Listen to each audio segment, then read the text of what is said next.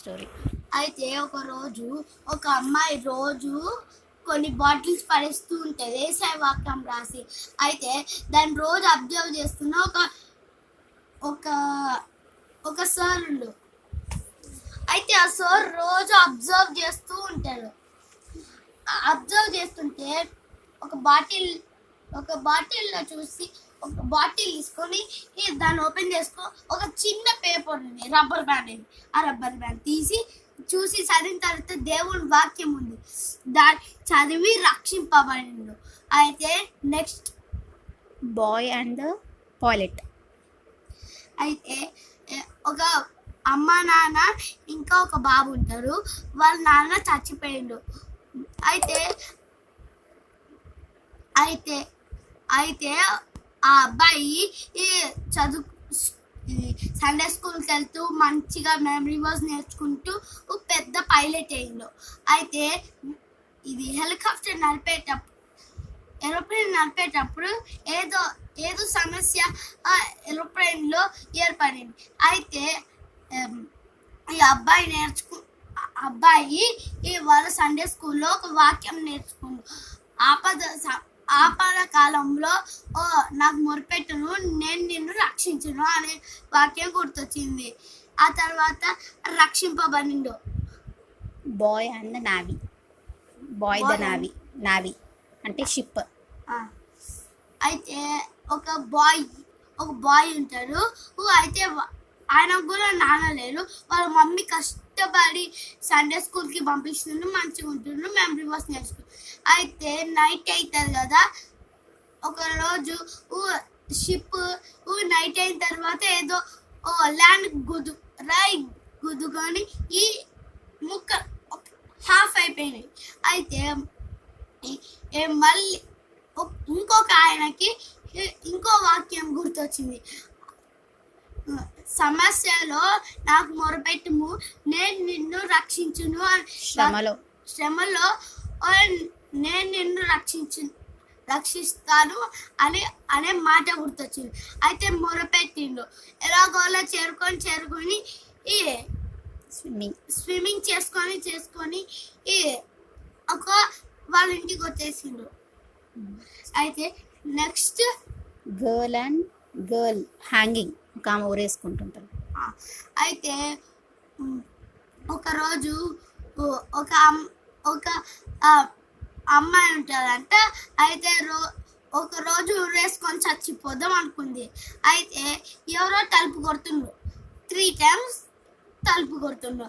అయితే ఎవరబ్బా 2 times, first time తీలే, సెకండ్ టైం తీలే, థర్డ్ టైం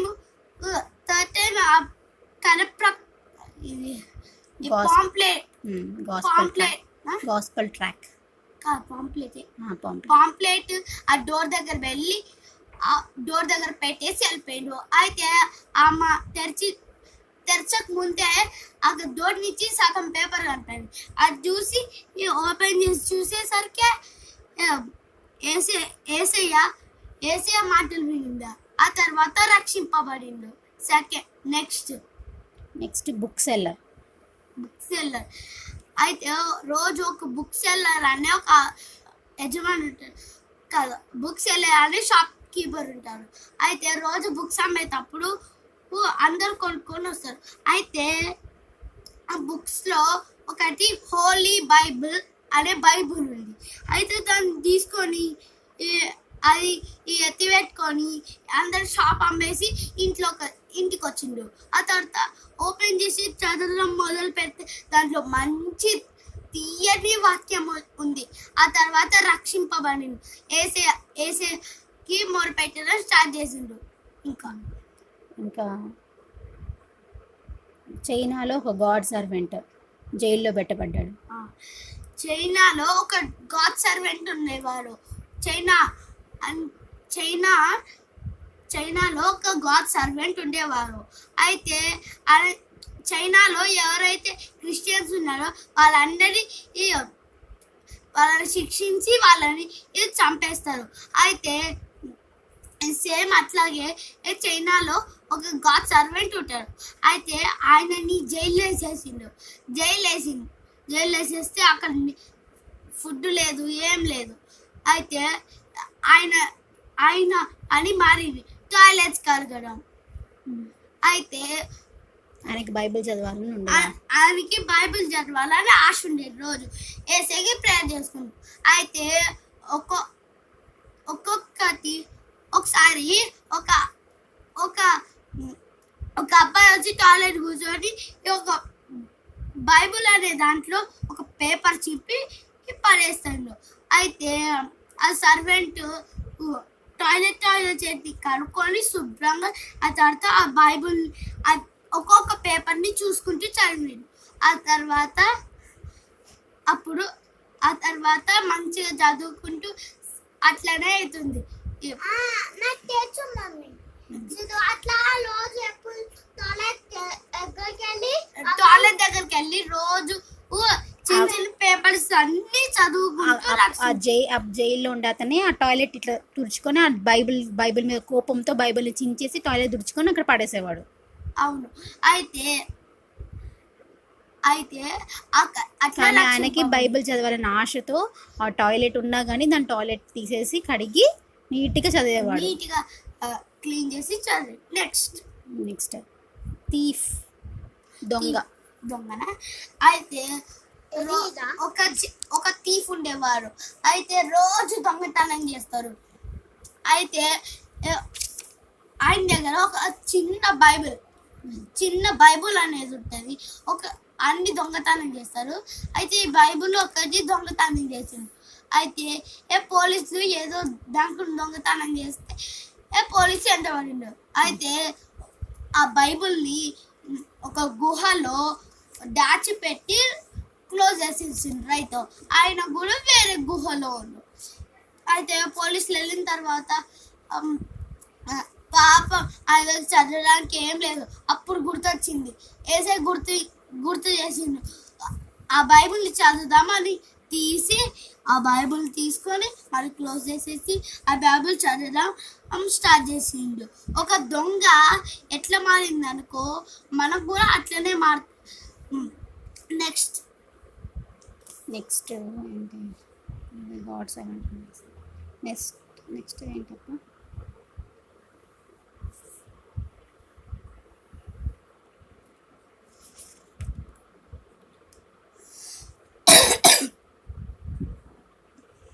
నెక్స్ట్ ఏంటంటే గాడ్ సర్వెంట్ ఏదో ఊరికి వెళ్ళేటప్పుడు బైబిల్ పడిపోతుంది. అయితే ఒక గాడ్ సర్వెంట్ అనే ఒక అతను సేవకుడు అయితే రోజు ప్రకటిస్తామని ఉన్నాడు. ప్రకటిస్తూ ఉంటారు. వాక్యం ప్రకటిస్తూ ఉంటారు. అయితే ఒక ట్రైన్ ఒక చోట ఆగింది. కిటికీలో చూస్తుంటే సడన్ గా ఆ బైబిల్ కింద పడిపోయింది. ఆ బైబిల్ కింద పడిపోయింది. అయితే ఆ బైబిల్ కింద పడిన తర్వాత వేరే వాళ్ళ బైబిల్ 2 days నుంచి చదివాను. అయితే ఒక ఆయన బైబిల్ పడిపోయింది అని బాధపడుకుంటూ వెళ్ళిపోతాడు. అట్లా ట్రైన్ స్టార్ట్ అయిపోయి అప్పుడే తీసుకుందామంటే ట్రైన్ స్టార్ట్ అయిపోయింది. అయితే ఒక ఆయన ఆ బైబిల్ని తీసుకొని చదివి రక్షింపబడిండు. అయితే 3rd day మీటింగ్ అక్కడ చూసినప్పుడు ఒక మీటింగ్స్ జరుగుతున్నాయి అన్నాడు. అయితే ఆ పాస్టర్ అంకుల్ అదే లాస్ట్ డే అప్పుడు ఎవరైతే రక్షింపబడ్డారో వాళ్ళు నా దగ్గర రండి ప్రార్థన చేస్తా అన్నాడు. అయితే ప్రార్థన చేసి నాకు ఈ బైబిల్ దొరికింది, దాని ద్వారా నేను రక్షింపబడ్డా అన్నాడు. నెక్స్ట్ అన్నప్పుడు ఆయనకి అర్థమైంది, ఈ బైబిల్ నాదే అక్కడ పడిపోయింది. అయితే నేను బైబిల్ పోయిందని బాధపడ్డాను, కానీ నా బైబిల్ పోయిందని దానివల్ల కూడా ఒక మనిషి రక్షించబడ్డాని సంతోషించుంటాను. నెక్స్ట్ ఆర్ఆర్కే మూర్తి అంటే ఒక బ్రాహ్మణుడైన ఒక వేరే దేవతలు పూజించే అతను బైబిల్లో ఎన్ని మిస్టేక్స్ ఉన్నాయా అని చెక్ చేద్దామని బైబిల్ చదవడం స్టార్ట్ చేస్తాడు. అయితే ఒక ఆయన ఆర్ఆర్కే మూర్తి అని ఒక ఆయన ఉంటారు. అయితే ఆయన వేరే వాళ్ళకి సాయి వెంకటేశాయ అలాంటి పిచ్చి పిచ్చి కి పూజిస్తూ ఉంటారు. అయితే బైబిల్లో ఎన్ని మిస్టేక్స్ ఉంటాయో అని చెక్ చేసుకొని చూసిండు. అయితే దాంట్లో ఒక్క మిస్టేక్ కూడా లేకుండా మంచిగా చదివిండు. ఆ తర్వాత రక్షింపబడి అప్పటి నుంచి మంచిగా సువార్త బైబిల్లో మిస్టేక్స్ చూద్దామని చదవడం స్టార్ట్ చేస్తే బైబిల్ ద్వారా ఆయన జీవితంలో ఎన్ని మిస్టేక్స్ జరిగినా తెలుసుకున్నాడు. బైబిల్లో ఎన్నెన్ని మిస్టేక్స్ ఉన్నాయని చూస్తే ఆయన చదివేవాడు ఎన్ని మిస్టేక్స్ చేసిందని ఇప్పుడు తెలుసుకున్నాడు. ఆ తర్వాత రక్షణ పొందిండు. when RRK Murthy want to find mistakes in the Bible, but Bible shown his mistakes. అట్లా నెక్స్ట్ పురుషోత్తం చౌదరి అంటే ఒక అతను 50 సాంగ్స్ రాశాడు. 50 సాంగ్స్ ఆంధ్రప్రదేశ్ బుక్లో ఒక ఇది వినలేదను సరిగా ఒక బైబిల్లో ఒక పేపర్ ఎక్కడో పడిపోతే ఏంటి పేపర్ అనేది తీస్తాడు. తీస్తే అది దేవుని వాక్యం అని చదివి అప్పుడు తెలుసుకొని అది ఇది పురుషోత్తం, ఇది వేరు.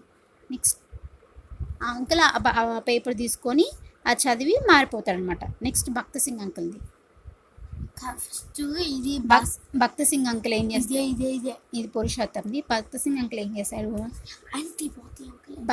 బైబిల్లో ఒక బైబిల్ గారికి మంచి కనపడింది. బైబిల్ బాగా కనపడితే దాంట్లో ఈ బైబిల్ కవర్ ఇదేదో భలే ఉందని చెప్పేసి బైబిల్ పడేసి కవర్ మాత్రం దాచిపెట్టుకుంటాడు అనమాట. కవర్ మాత్రం దాచిపెట్టుకుంటే అప్పుడు ఏమైంది, కవర్ మాత్రం చూసిన ఆ కవర్ పైన హోలీ బైబిల్ అని రాస్తుంది అనమాట.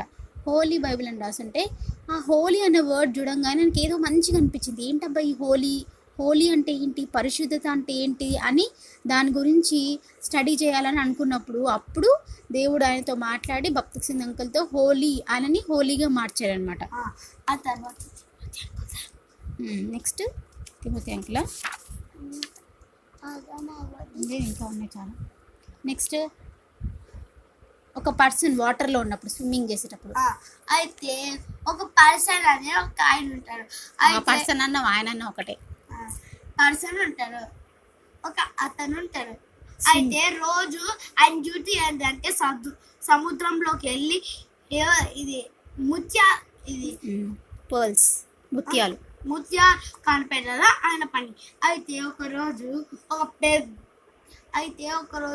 వెళ్ళినప్పుడు ఒక పెద్ద ఏదో వేలన్న షార్క్ అన్న వేలన్న ఏదో వస్తుంటే పెద్ద తింటూ వస్తుంది. అయితే ఆయన కింద ఒక 3 పేపర్స్ కనపడింది. ఆ 3 పేపర్స్ అని చూస్తే ఏసే అంటే నిజమైంది. అసలు పరలోక రాజ్యం లేదు, ఏసే లేదు, సాతాన్ లేదు, నరకం లేదు అనుకుంటారు. అయితే ఆ పేపర్స్ చదివిన తర్వాత క్రైస్ట్ ఈస్ ప్యూర్ అని ఉంది. అయితే దాన్ని చదివిన next paper death is sure. First పేపర్లో Christ is pure.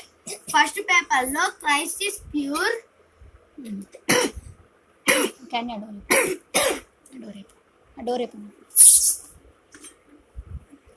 Next paper death is sure.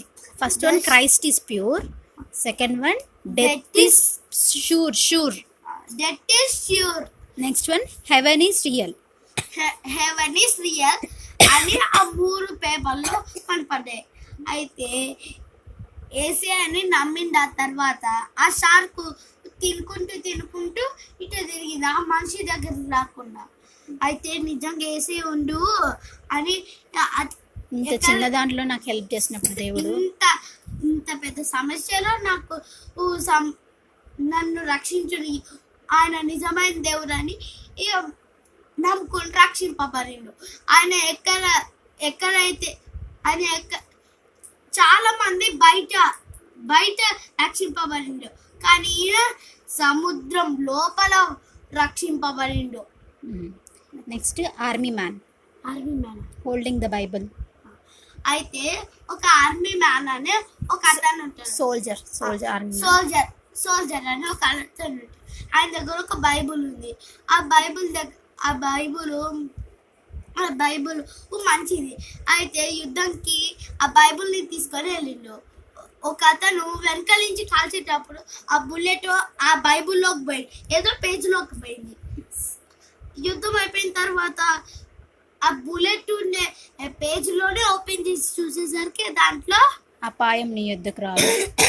అపాయం నీ యొద్దకు రాదనిండు. అయితే చూసేసరికి సూపర్ అనిపించిండు. అందుకనే మనము రోజు సండే స్కూల్కి మన ఆఫీస్కి వెళ్ళేటప్పుడు బైబిల్ని పట్టుకోపోవాలి. స్కూల్కి ఒక చిన్న బైబిల్ పట్టుకోపోవాలి. ఎక్కడున్నా మన వాక్యం మన చేతితో ఉంటే అపాయం మన యొద్దకు రాదు. నెక్స్ట్ క్లిప్పు టామ్ అంటే కుంటబ్బాయి. ఒక కుంటబ్బాయి అని ఒక టామ్ ఉంటాడు. అయితే ఆయనకి దేవుడిని ఈ సువార్త చెప్పడం చాలా ఇష్టం. ఎన్ని రోజుల నుంచో ఆలోచిస్తుండు. ఒక ఐడియా వచ్చి ఒక పేపరు రాసుకుంటూ కింద కిటికీలోంచి వేసేస్తూ ఉంటారు. చదివిన వాళ్ళు చదివి రక్షింపబడతారు, వదిలేసిన వాళ్ళు వదిలేస్తారు. అయితే ఒక రాసి పడేస్తున్నప్పుడు ఒక ఆయన టోపీలో పడింది. అయితే ఈ పేపర్ ఏంటి అది పైకి చూసేసరికి ఆ కుంట అబ్బాయి టామ్ కనిపించింది. అయితే ఆ టామ్ రూమ్లోకి వెళ్ళి మాట్లాడి రక్షింపబడిండు. Next John David that want to buy a bike. John David అని ఒక అతను ఉంటాడు. ఆయన బైక్ కొనాలని ఆశ ఉంటుంది. అయితే ఆయన ఏసీకి ప్రేయర్ చేసింది. ఏసయ్యా అదొక బైక్ కొనాలని ఉంది అని ప్రేయర్ చేసుకున్నాడు. అయితే ఏమనిందంటే ఒక బైబిల్ ఓపెన్ చేసి చూస్తే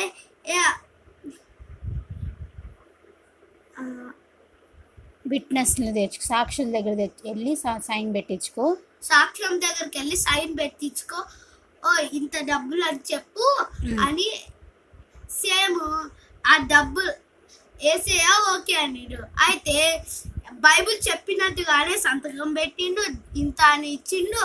అయితే బైబిల్ ఆ బైక్ ఇస్తానింది ఇచ్చిండు. దేవుడు అంత సృష్టికర్త. ఇది వేరే వాళ్ళకి దక్కే బైక్ ఆశ మనము ఏసే పైన ఆధారపడితే ఆయన మనల్ని ఆదుకుంటారు. Very good. Next Timothy uncle. ఇది ఒక అతను ఉంటాడు, తిమోతి అంకుల్ అనే అతను ఉంటాడు. ఆయన ఆ చెల్లెలు తమ్ముడు మమ్మీ డాడీని విడిచి ఒక పెద్ద బిల్డింగ్ పైన నుంచి చచ్చిపోదామని అనుకున్నాడు. చార్మినార్ నుంచి దుంకి చచ్చిపోదాం అనుకోండి. కానీ ధైర్యం సరిపోలే. అందుకని కిందికి వచ్చి ఒక బోర్డు పైన రోమన్స్ 2:26 అని కనపడింది.